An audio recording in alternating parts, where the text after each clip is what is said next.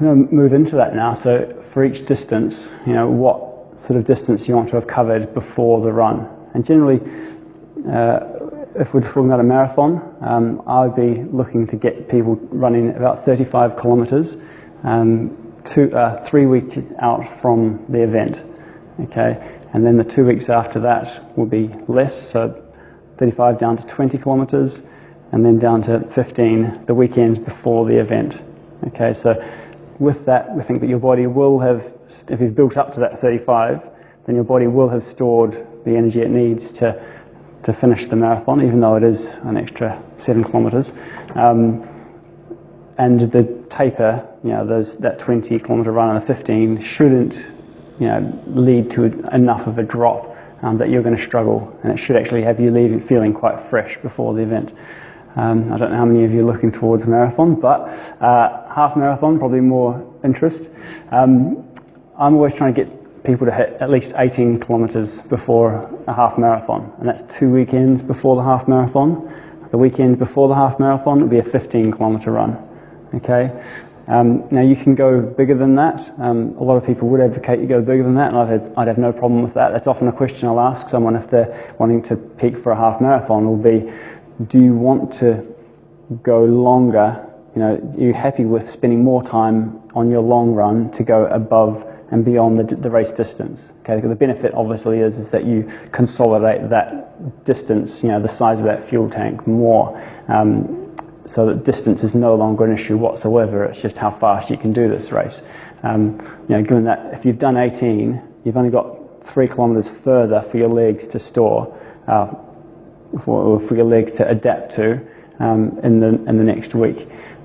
So 18 is a good number, but if you've got more time, you love running, you want to be running every weekend, you love running out for hours and hours, then by all means go up 20, build up to 22, 24. I'd say 4 or 5 weeks before the event, but then start in those final 4 or 5 weeks, start to bring your distance down and your speed up, so you get a really good picture of what ability, what speed you should be able to hold for your race. Okay. So 10k next. If you're looking towards your first 10k and distance is coming hard, it's a difficult thing, you might have been on a Couch to 5k program, then 8 kilometres would be my bare minimum. I'd want you doing 8 so that I'd feel confident that you can get the extra 2 kilometres on the day.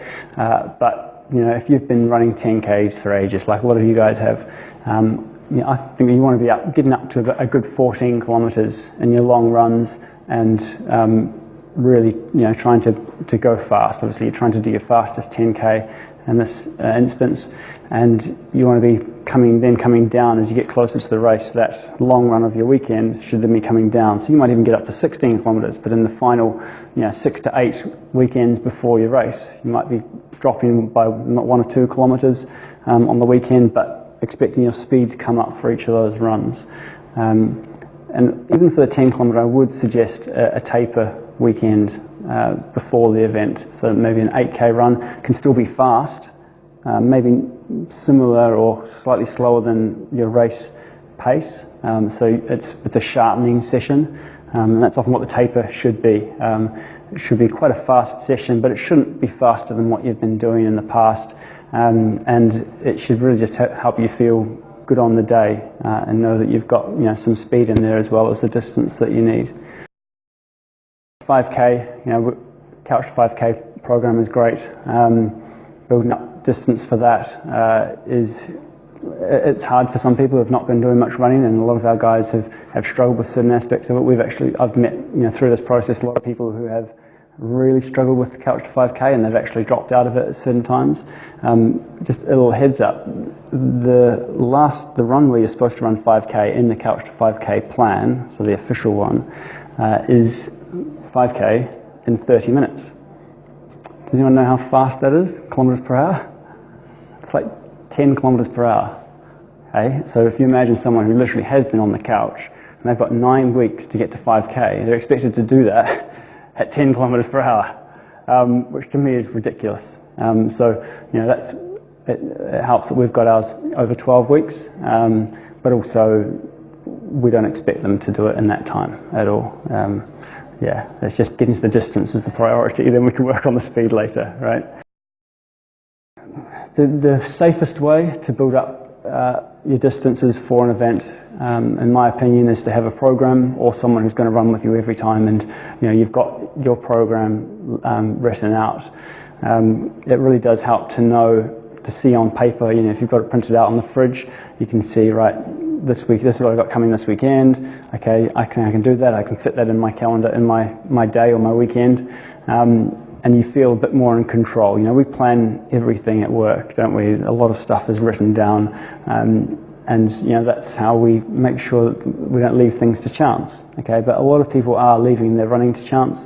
They're not writing a plan down. They're not looking at, right, I've got this many weeks, and these are the distances I need to hit before I get to the event.